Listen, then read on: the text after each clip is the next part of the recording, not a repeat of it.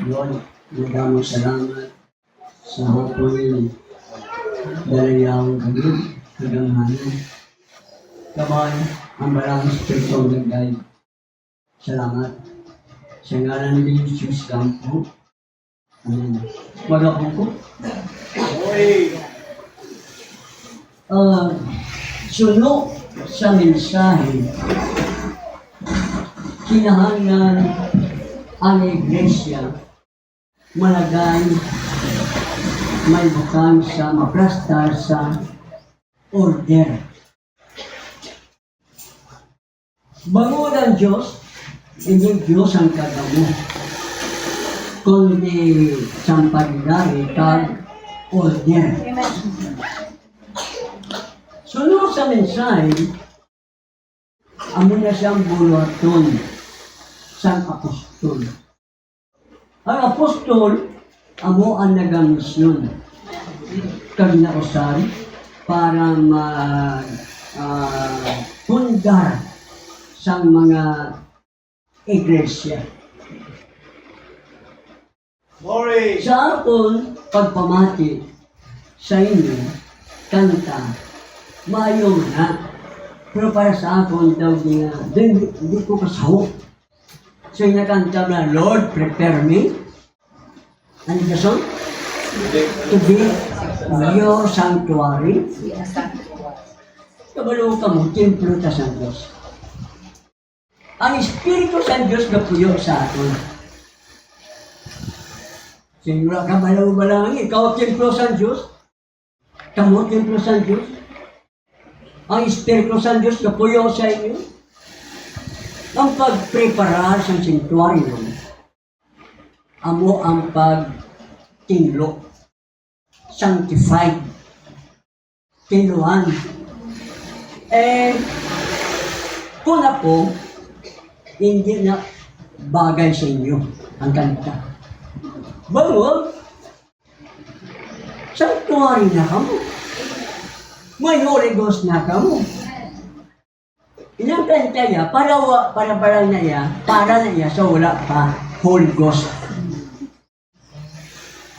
Siguro, bailuhan niyo ang lyrics.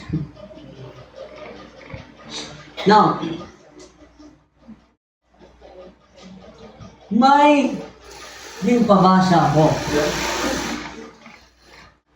Ngayon yung Malakias 4, manabo nga isa ini siya ka mensahero. Ini siya, amo ang katapusan nga mensahero. Nga para i-preparar, i-ready ang nobya ni Kristo para sa rapture. Amen. Bangod ini siya nga mensahero, isa ka propeta. May duha siya ka tinutuyo para ibalik niya ang pagtuo sa iglesyang nobya sa uli nga panahon, balik sa pagtuo sa mga apostol. Amen. Kag ipahayag sa iya sa Ginoo ang tinago sa pito kadaguhob. Nga halin sa isang libro na may pito ka patin para tawgon ang iya pinili sa mga iglesia. Agud maiaman ang iya iglesia nobya para sa rapture. Pagkatapos rapture, matabo ang dako ng mga kapipitan, Great Tribulations.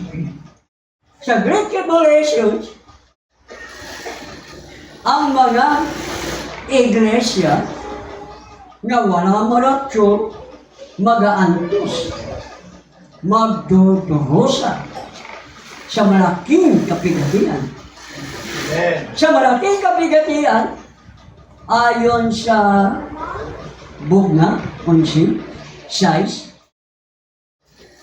wala ulan. 3 taon at kalahati walang ulan. Gutom yan.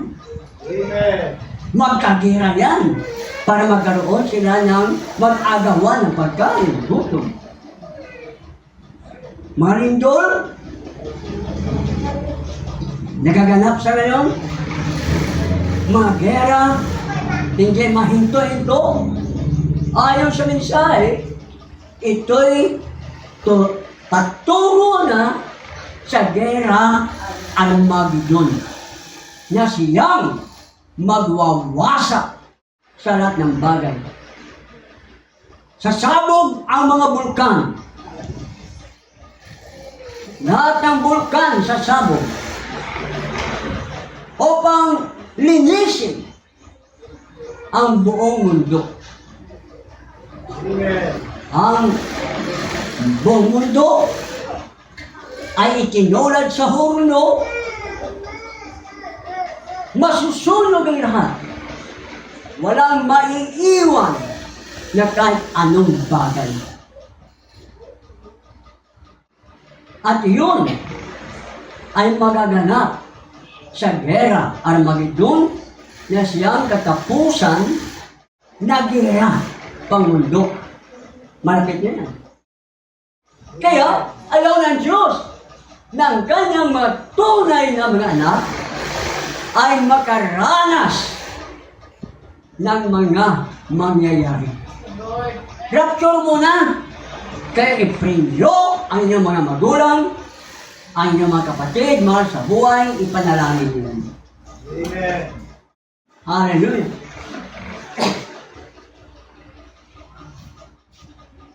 May pabasa. Sira. Una-una pala. Gusto ng Diyos na ang lahat ay mga ligtas. Gusto niyo ba lang na maluwas ka mo? Gusto sa Diyos. Pero kailangan magtuman ka mo sa mga pulong sa Diyos. Ano sinasabi ng Panginoon Hesus sa kanyang mga alagad sa Marcos Kapitulo 16, versikulo 15 at 16, dalawang versikulo? Sige. Marcos 16. Kag nagsiling siya sa ila, lakad kamo sa pugos nga kalibutan kag iwali ang maayong balita sa tanan nga tinuga. Ang nagatuo kag nabautisuan maluwas, apang ang wala nagatuo tagutilian. Hey. Sa unang araw ng pagkabuhay ng Panginoon, Sunday, Linggo, inutusan niya ang kanyang mga apostoles. Sabi nga, humayo kayo, mangaral kayo, ipangaral ang mabuting balita sa lahat ng tao. Ang mabuting balita tungkol sa kaligtasan. Hindi pinag-usapan anong relihiyon mo, anong simbahan mo, anong iglesia mo. Ang iglesia, relihiyon, hindi makapagligtas sa tao. Amen. Hadlang na yun upang ang tao hindi makinig ng mabuting balita dahil sa sabihin, iba relihiyon nyo, ibang sa amin. Iba iglesia nyo, iba sa amin. Ibang panampalataya nyo, iba sa amin. Alam nyo, si Satanas ang may gawa niya. Sa halip na sumunod sa salita ng Diyos, ang tao pinapasunod nila sa kung ano ang itinuro ng tao sa kanila. Kaya bawal sa Diyos ang bumawas kahit isa o dumagdag ng kahit isa o pansarili na paliwanag o interpretasyon. Bawal yun. Kaya sabi niya sa kanyang mga alagad, Humayo kayo, mangaral, ipangaral nyo ang mabuting balita. Amen. Sa makarinig, kailangan sumampalataya. Sa mga sumasampalataya, kailangan magpabautismo Amen. para sa kaligtasan. So, ang panampalataya at bautismo, hindi para lumipat ka sa ibang simbahan, kundi kaligtasan ang nakasalalay. Ayaw ng Diyos ng tao maparusahan. Sabi niya, dagdag pa, ang hindi sa sampalataya ay paparusahan. Maraming mababait na mga tao ang paparusahan sa pagbuko dahil hindi sila sumampalataya. Glory. Kailangan magpabautismo. Amen. Anong sinabi ni Apostol Pedro sa bautismo sa Gawa 2, 37 o 38?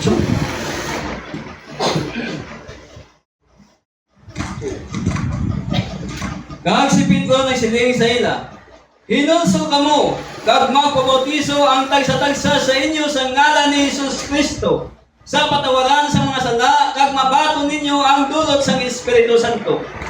Ano ang itinuro ni Pedro na may hawak ng susi ng langit?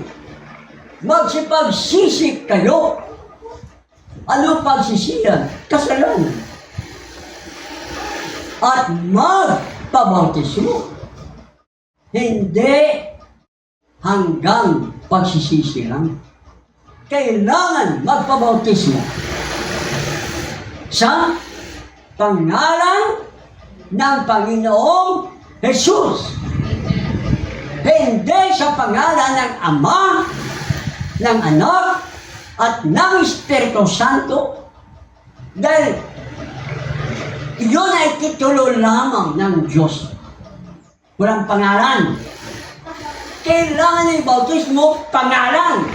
May pangalan. Sino yun? Jesus. Para sa ano? Sa kapatawaran ng mga kasalanan. Hindi binyag ang gusto ng Diyos. Bautismo. Hindi sa ibang mga titulo. Ayaw lang makinig ng tao sa purong salita ng Diyos.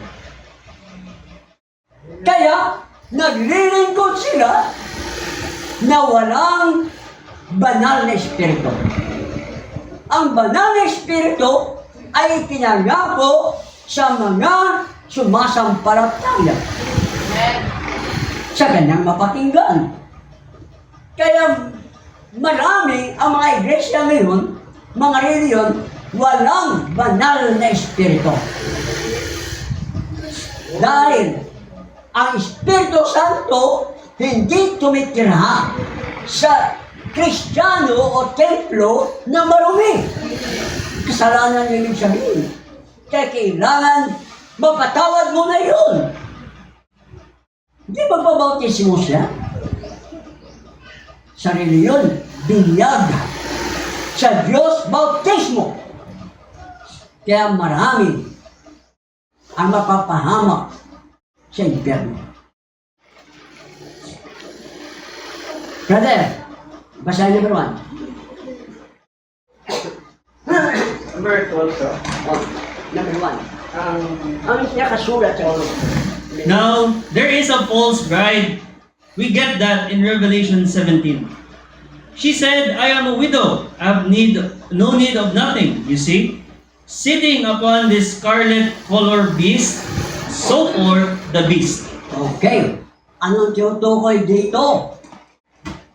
Ang tinutukoy dito sa bagong tipan ay ang makapangyarihan na Babylonia. Nakasulat yun sa pahayag, Bugna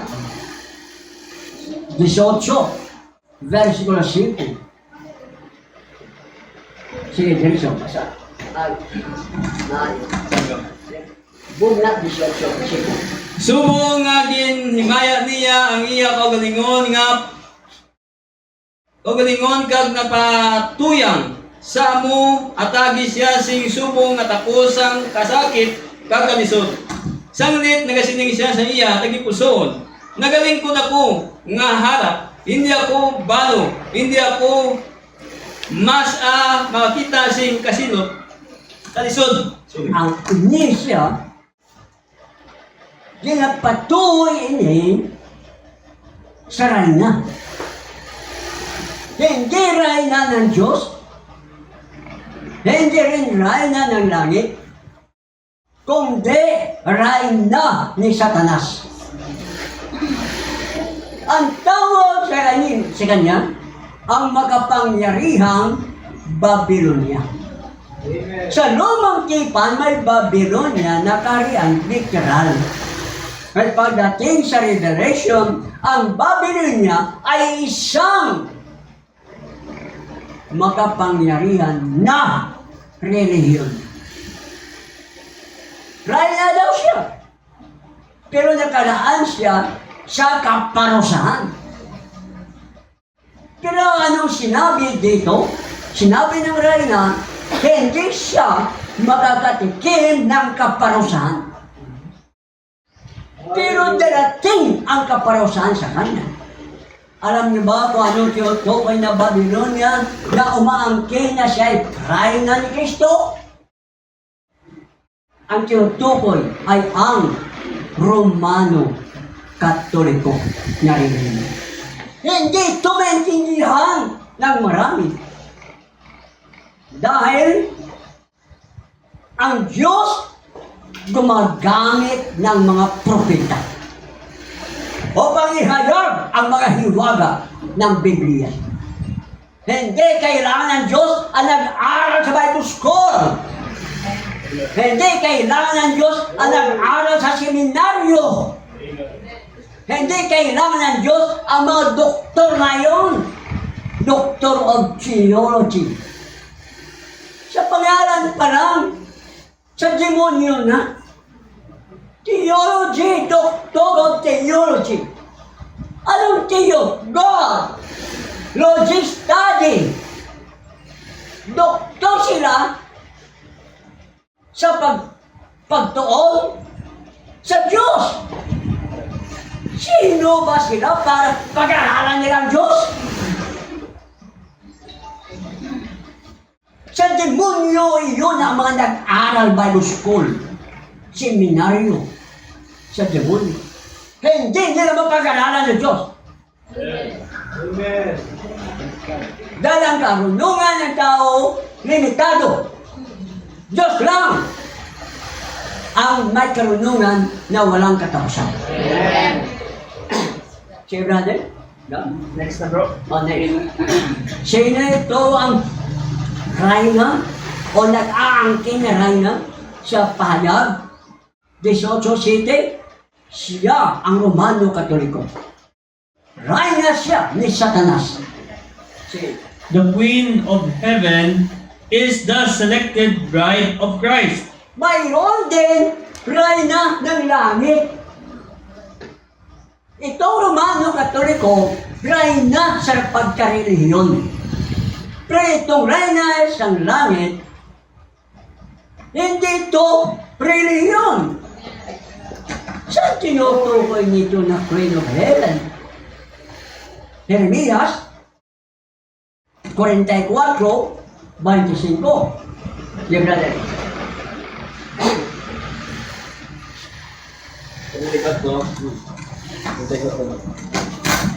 Prinyas ng debat ko. Pag-5. Biching ko. Wala mo na kain, ha? Amo ini ang Walang ginasining. snacks, hindi. Wala talaga picnic, anay. Amo ini ang ginasining sa Ginoo sa mga kasoldadusan.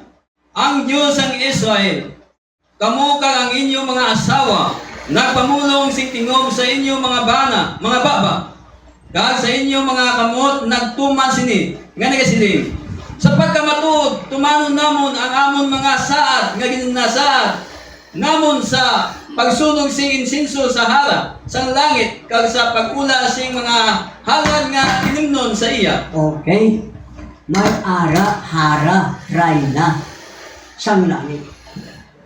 Hindi pa ito alam sa lumang tipan. Hindi rito alam ng mga Bible school na ito pala ang rayna o hara ng langit ayon sa propeta, brother, basa? And Right? she comes, Right? the Queen of Heaven is the selected bride of Christ. Kita mo, sino pala ang rayna sa langit? Ang mga pinili na nobya ni Kristo! Ikaw yun! Ako yun! Tayo yun! Ang sumampalataya sa mensahe sa salita ng Diyos at tumanggap ng banal na Espiritu, kasama tayo sa rayna ng langit. Glory. Sa mga hindi nakaintindi, ginawa nilang Diyos. Pero tayo, hindi tayo sumasamba sa mga Diyos. Ipinaliwanag lang kung sino ang rayna ng langit. Si brother. And she comes with him. Daniel saw it and said, 10,000 times 10,000 ministered to him. Okay.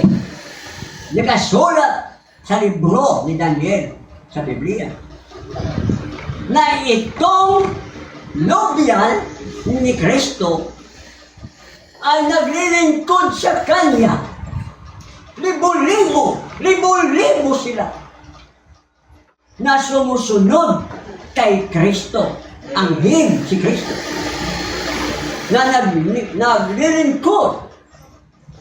Kaya tayo na nobya ni Kristo, naglilingkod kay Kristo. Linggo ngayon.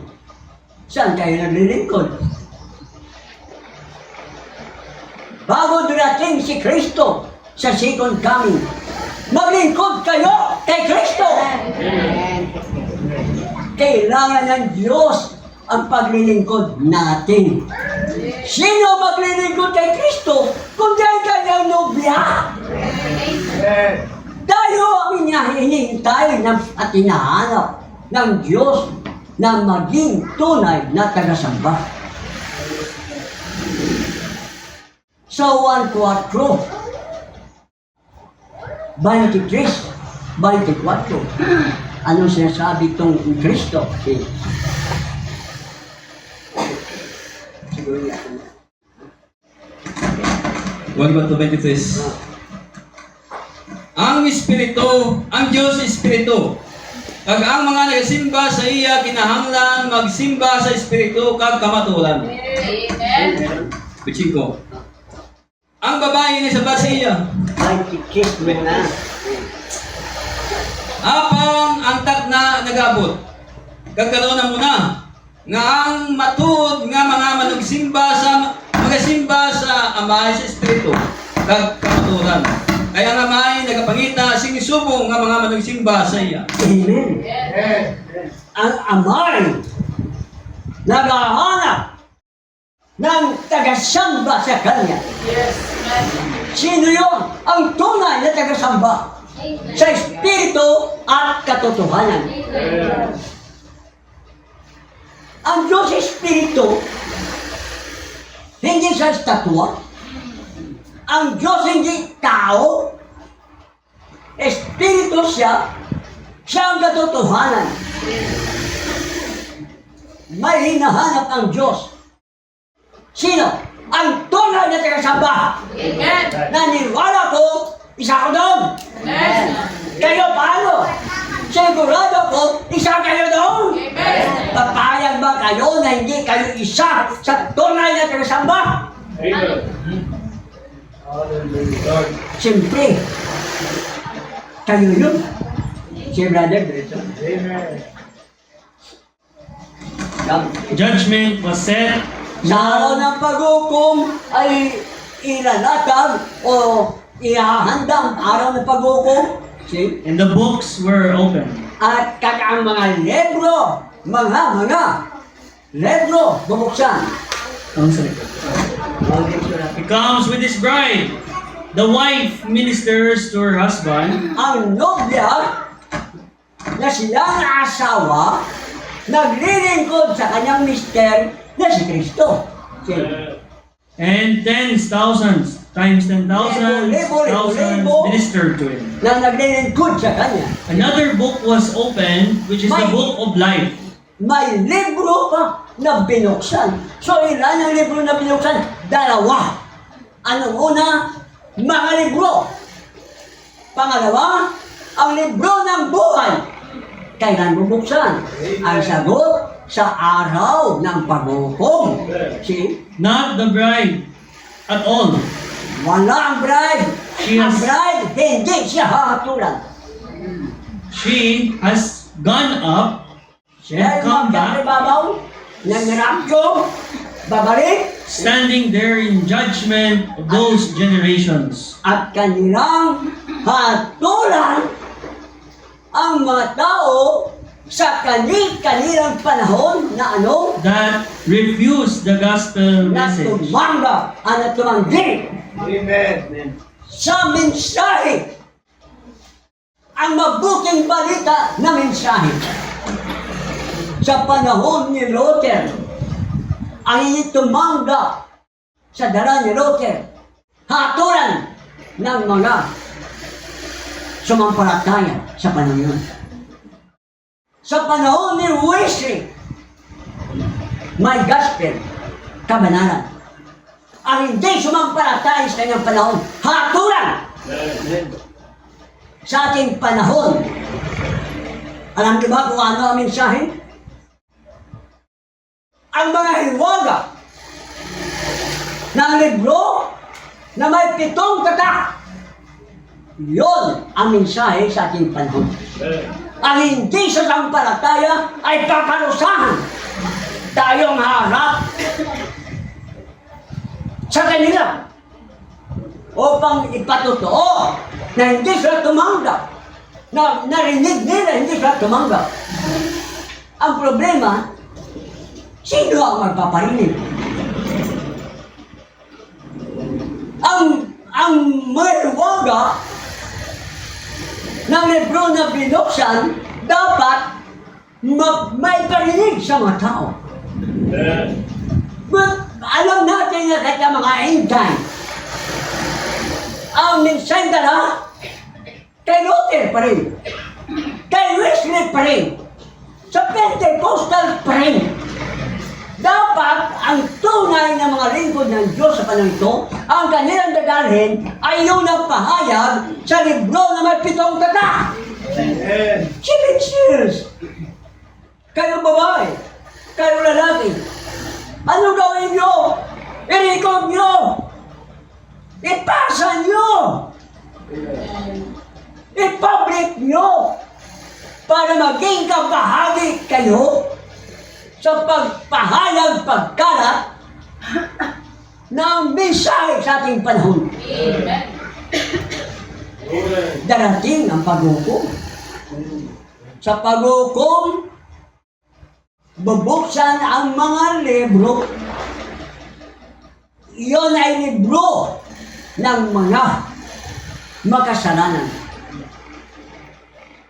Ang bawat gawa, minuto, oras, araw, habang nabubuhay sila, ang kanilang mga kasalanan ay nakasulat sa mga libro.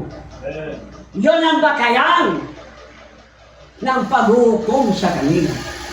Wala silang may dadahilan. Glory. Sapagkat ang libro na ito ay katulad sa pulis blatter na siyang basihan ng paghukom, Amen. na basihan ng paghusga. Sa Diyos may blatter.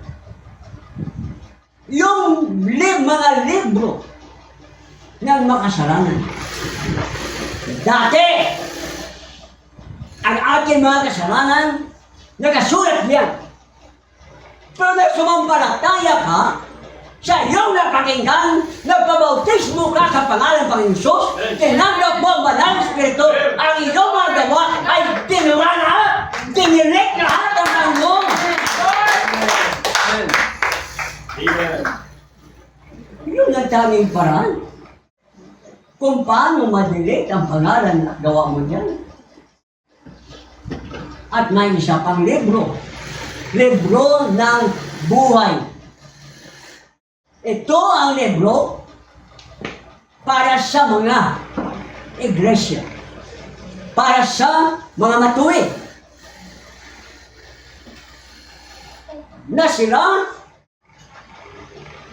tatawagin ang pangalan nila doon. At kapag ang pangalan nandoon sa aklat ng buhay, hindi na sila paparusahan. Dahil ang aklat ng buhay ay Biblia. Amen. Glory. Yun ay salita ng Diyos. Ang pangalan nila, nakasulat yan. Amen.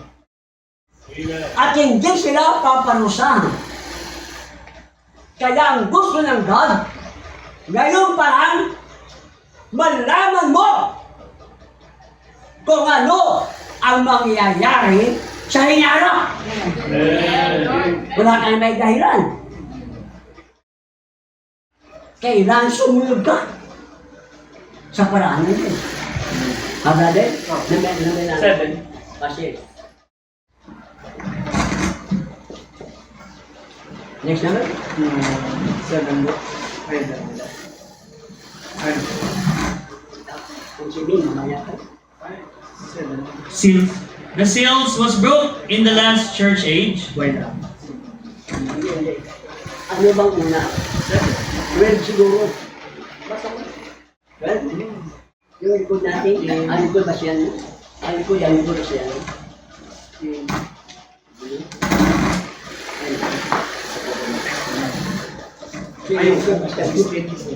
Then he comes from his throne, his father's throne. Ito na naman. Si Kristo ay huminto sa kanyang gawain bilang tagapamagitan sa iglesia at sa Diyos. Ang iglesia ay yung tunay na iglesia na hindi pa sila naging denominasyon. Amen. Ang mga sa panahon ni Luther, may mensahe. Katuwiran. Sa panahon ni Wesley, may mensahe, kabanalan. Sila sa panahon yun ay maliligtas at pinili sa pamamagitan ng mensahe ukol sa kanyang panahon. Amen. Ngunit, tinanggihan nila ang salita ng Diyos na itinangaral ng ikapito na mensahero. Kaya yung ginawa ni Kristo, total tinanggihan naman siya, nireject. Kaya inihinto niya ang kanyang pagiging tagapamagitan. Binuksan niya ang libro na may pitong kitab. At ano nangyari dahil? His father's throne walks forward, takes the book Kinuha niya ang libro na may God's pitong kitab. hand. Ano? Takes the book out of God's hand. Oh, ito'y sa kamay ng Diyos. From the throne Mula sa trono and claims his right. at kanyang binuksan, nang mabuksan niya, ay kanyang inangkin ang kanyang mga kanya. His right. Inangkin. Sino ang kanyang right? mapili. Inangging na. Galing sa mga reliyon, galing sa mga denominasyon, tinawag niya.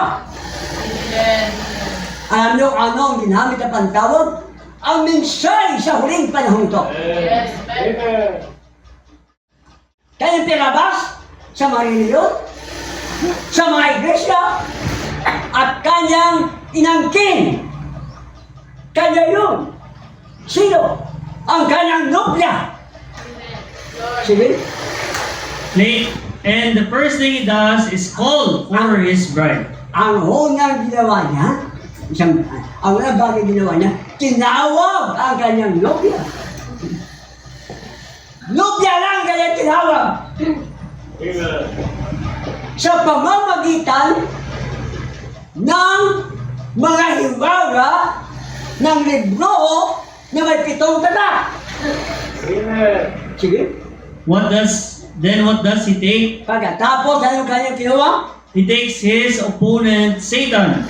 Ano ginawa niya? Ang kanyang kalaban, ang kanyang kontra na si Satanas. Sige. And binds him, At ginapos siya casts him into the fire out there at inihagi siya sa pon. with all that followed him. At hindi na siya ang lahat na sumunod kay Satanas. Amen. Dahil lang, si Satanas, paparusahan din pala sa araw ng paghukom. Saan siya ihahagis? Sa apoy. Masusunog siya. 2 uri ng apoy. Ang banal na apoy at ang literal na apoy. Ito ang magpaparusa sa kanila. Lalamunin sila ng apoy na yun. At hindi lang siya, kundi pati yung mga kawawa na inosente sa ginawa niya Satanas ay igagatong din sa apoy. Paano na paraan o para sumunod ang tao kay Satanas? Ang gagawin ni Satanas, ipapahayag ang salita, pero may dagdag, may bawas, kulang. Amen. Ano pa? Ipapasok pa nila ang kanilang sariling interpretasyon. Sa ganyang paraan, dinaya sila ni Satanas. Kapag dinaya, sumunod na sila kay Satanas. Oy. Halimbawa, bawal ang mga revolto. Pero naipaliwanag sa kanila ang katanggap-tanggap na paliwanag, pero hindi katanggap-tanggap sa Diyos. Amen. Dinaya sila. Sa Biblia, sa bagong tipan, una Timoteo 11, 11 at 12, sa unang Timoteo 2, 11 at 12, brother, basahin mo.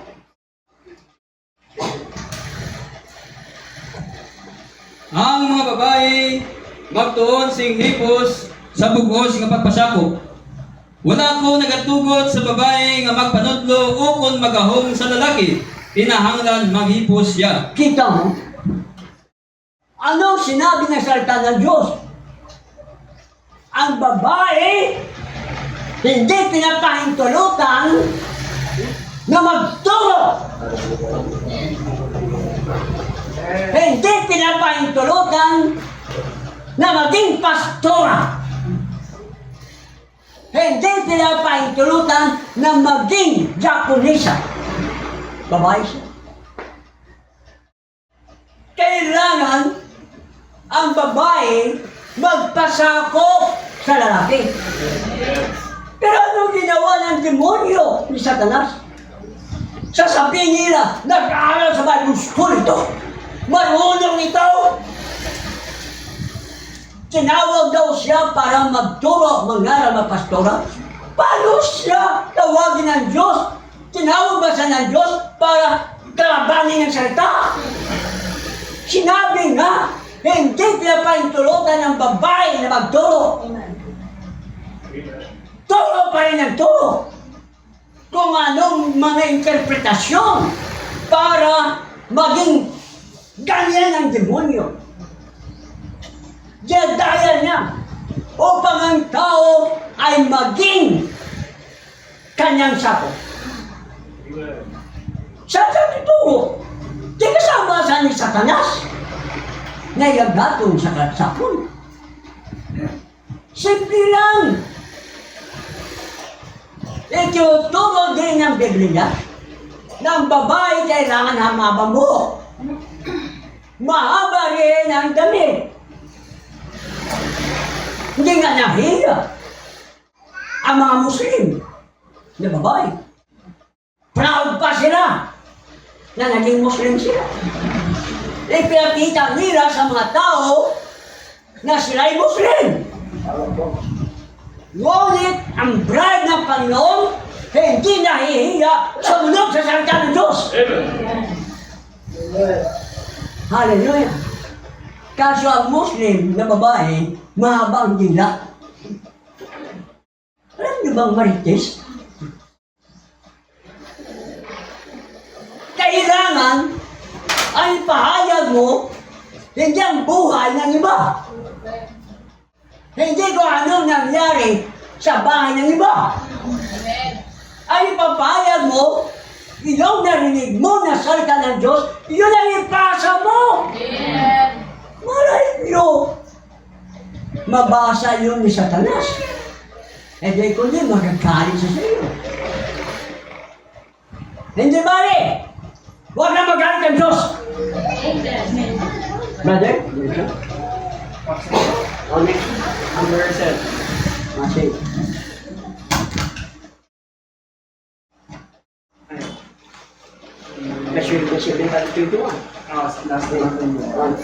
The seals was broke. Why? Oh, ang selyo binuksan. Dali lang. May mga ingdan, pastor, na nagtuturo ng selyo, hindi pa nabuksan. Pero ayon sa mensahe, ang selyo binuksan. Why? Bakit? In the last church age, Sa katapusan ng panahon ng iglesia, to reveal these truths. para ipahayag itong mga katotohanan. Why? Bakit? The Lamb broke the seals and revealed them to His church. Sinira ng Cordero Cristo ang silyo at ipinahayag sa kanyang iglesyang nobya. Kanino lang ipinahayag? Sa kanyang iglesia. Sa kanyang church. Bride church. Dito lang napahayag. Hindi ito papansinin kung hindi siya iglesia ng Panginoon. Kaya ang mga tatak binuksan. Sa ibang hintayin, sarado pa. Paano hindi naman sila bride ng Panginoon? Hallelujah. Ganito, parang sa bride. See? In order to collect His subjects for His kingdom. Bakit binuksan? Para ipunin niya ang kanyang mga sako. Bawat pinili, sakop ni Kristo. Inipon sa kanyang kaharian. Alam niyo ba kung anong kaharian niya? Ang iglesyang nobya. Kaharian ni Kristo. Ang mali na iglesia, kaharian ni Satanas. See?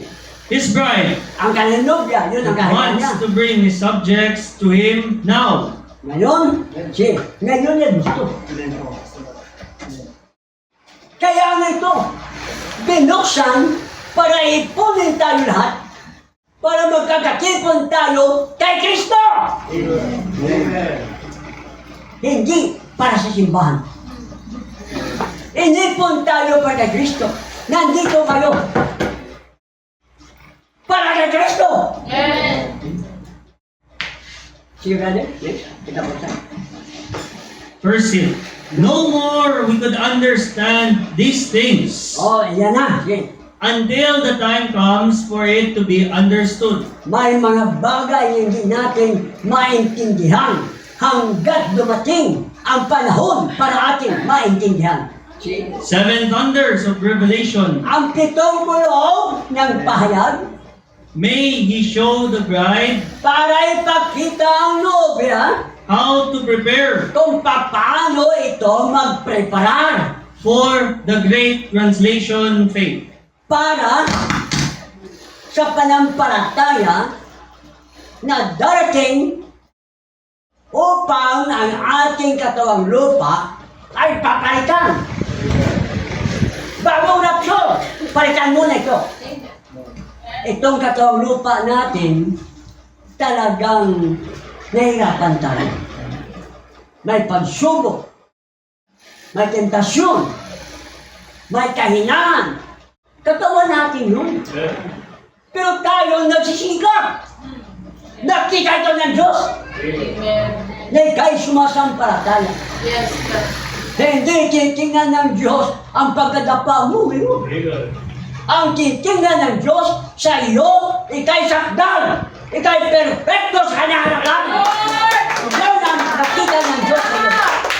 Tatlo ang ginawa niya. Katuwiran, kabanalan, at bautismo sa Holy Ghost. Ang titingnan ni Lord, ang kanyang handog sa krus. Ang tao, hatol dito, hatol doon, tuloy siya dito, tuloy siya sa mga tao, kapwa niya. Pero ang Diyos iba, Amen. hindi naalaala ng Diyos ang ating mga nagawa na kasalanan. Thank you, God. Itinapon na yun. Ganyan ang ating Diyos. Hallelujah. Alam niya lahat. Siya si Elohim. Nag-iisang Diyos. Walang dalawang Diyos. Isa. Amen. Siya si Elohim. Alam niya lahat ng bagay. Amen. Ipinahayag ang pangalan ni Elohim. Siya si Lord Jesus Christ. Amen. May mga aral, ang mga intay, at ibang reliyon, na si Kristo daw ang lang. Kung angin sa tama, kung lang mali. May nagtuturo ng mga reliyon na si Kristo daw ay tao lang. Mali! Si Kristo ay nagpakatao. Siya ay Diyos. Amen. May mga inday na ang kanilang view o understanding, si Jesus ay naging Diyos lang sa ilog ng Jordan nang siya ay mabautismuhan. Doon lang nagsimula ang kanyang pagka-Diyos. Mali yun sa demonyo yun. Dahil hindi pa siya napayag sa laman, inuwi na siya. Amen. Diyos na siya.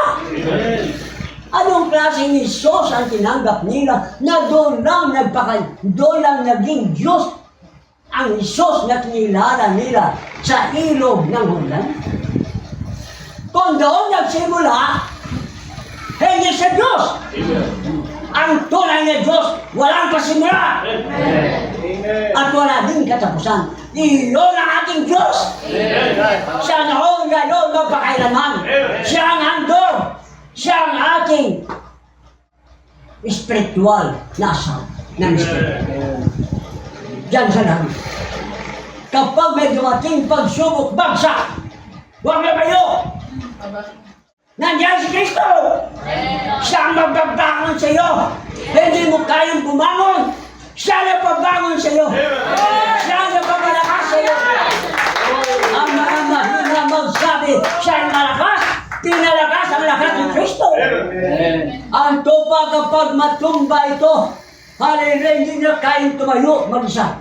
Kailangan niyang alalay ng pastor. Si Kristo ang ating pastor. Yes. Siyang tunay na pastor. Gagamitin siya ng mga taong pastor. Pero walang katulad si Kristo Jesus. Yes. Amen. Kaya niya kang tintas. Amen. Tumayo ang bawat isa. Glory. Hallelujah. Thank you, Lord. Glory. Huwag mo hayaan ang demonyo na bumulong sa iyo.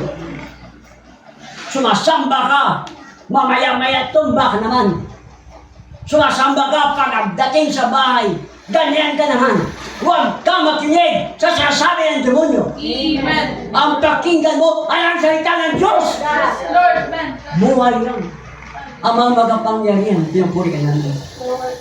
Kaya pasalamatan ka namin Amen. sa mga salita na napahayag. Ito ang gusto mo na maintindihan namin. Hindi kung ano ang naintindihan ng tao. Hindi ito ipinahayag ng tao. Dahil ito ipinahayag mo sa iyong lingkod na propeta. At ito ang aming tinanggap. Revelation galing sa iyo. Patawarin mo kami. Alalayan mo kami lagi, Panginoon. Yes. Ang mga wala dito, tulungan mo. At ang mga mahihina, ikaw ang nagpapalakas. Yes. Salamat sa ngalan ng Lord Jesus, we pray God Father. Amen. Amen.